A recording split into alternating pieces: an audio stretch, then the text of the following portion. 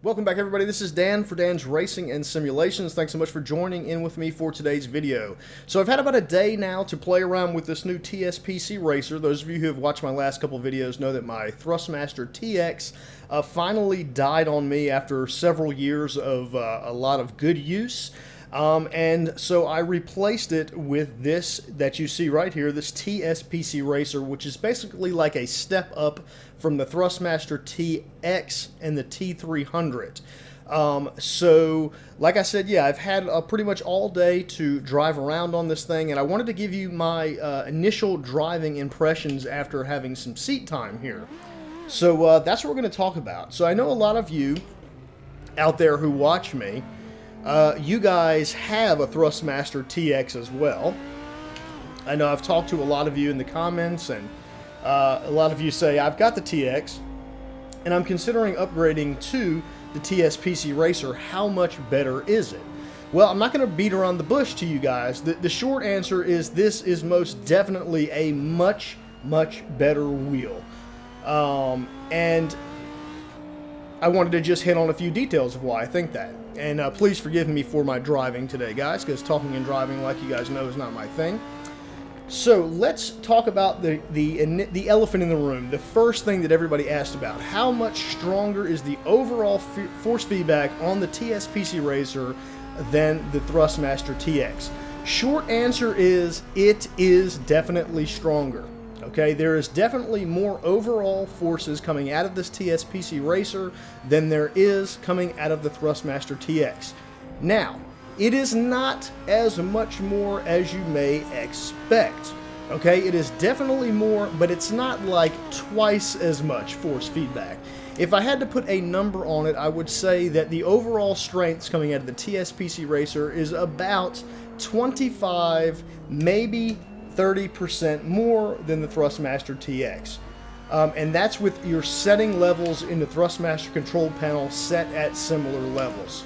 So I would, like I said, I would say somewhere in between, I'll say 20 to 30%, somewhere in there, depending on what game you're playing and stuff like that. But it is definitely more force feedback. Sometimes on the top end, it's hard to tell that it has more force feedback.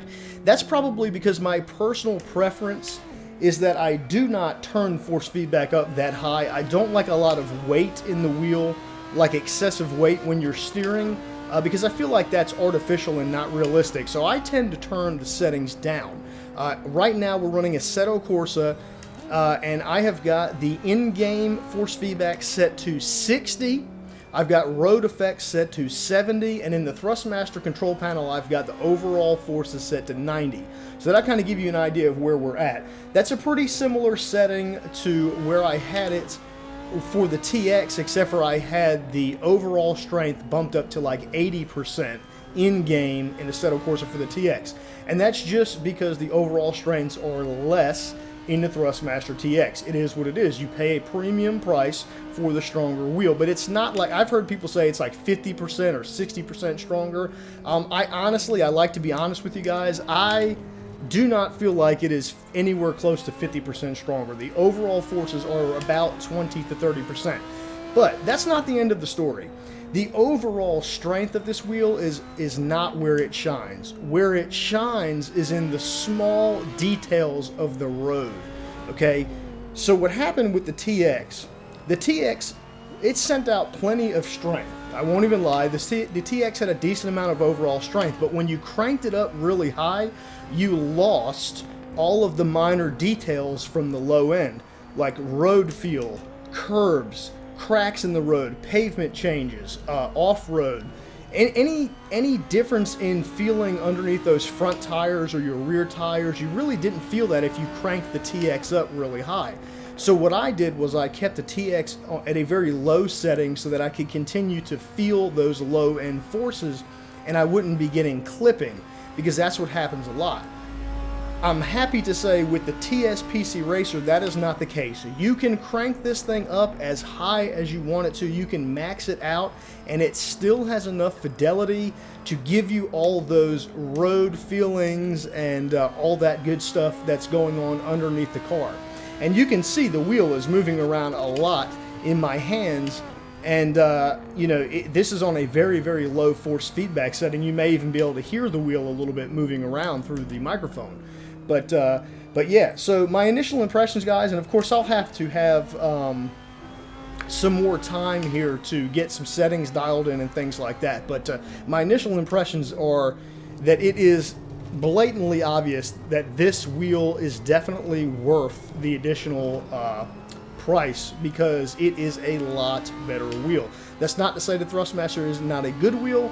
It just cannot simply compete with the low-end forces of this wheel.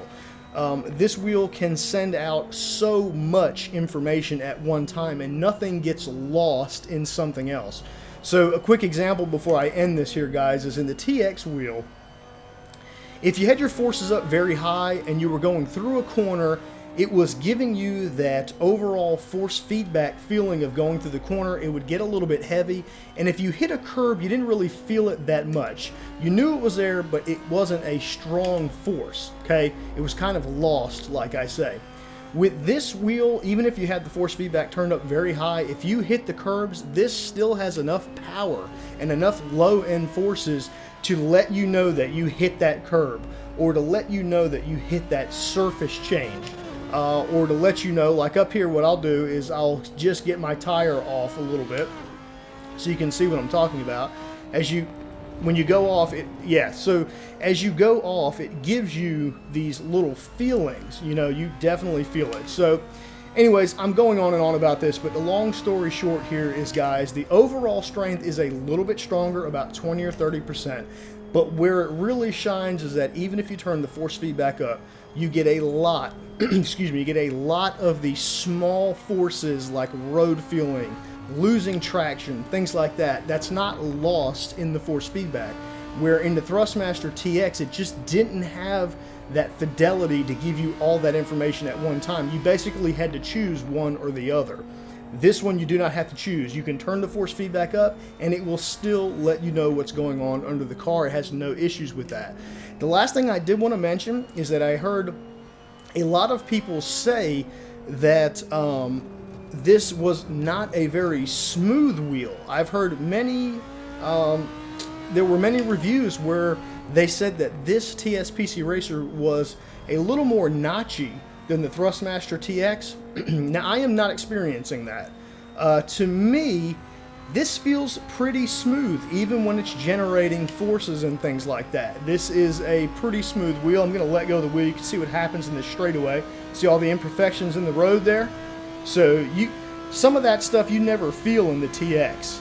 So you can see the car bouncing, no hands on the wheel here. I mean, so this is a really, really good wheel. Plus, I don't even have the forces up that high. So, long story short, do I think this is an upgrade from the TX? Yes, it is definitely an upgrade from the TX. If you're looking for a lot more force feedback, which I'm not sure why you would, because more force feedback does not always equal better lap times, then you're probably going to want to go with something like a direct drive. Because if you think that if you want like a huge jump in force feedback, you're going to have to go to something like a direct drive. If you just want ultimate ridiculous forces, this probably still won't give it to you. Like I said, the number I'd give is about 20 to 30% more than the TX. But again, where this wheel shines is those low-end forces, and they do not get lost in the high-end forces. So there's just a lot more overall fidelity, and this is a great wheel. I know as I have more time to tune it in and get it even more dialed in, it's going to be even better. But I am really enjoying this. I've got a lot more videos to come. I've got an actual overall review that I'm going to do at this at some point. But I want to get more seat time with it and get more comfortable with it and get more knowledge behind what this is actually doing. So that's going to be it for this one, guys. Sorry if I rambled a little bit, but I just wanted to give you my initial impressions of this wheel. It is a good wheel. I think it is definitely worth the higher price, for sure.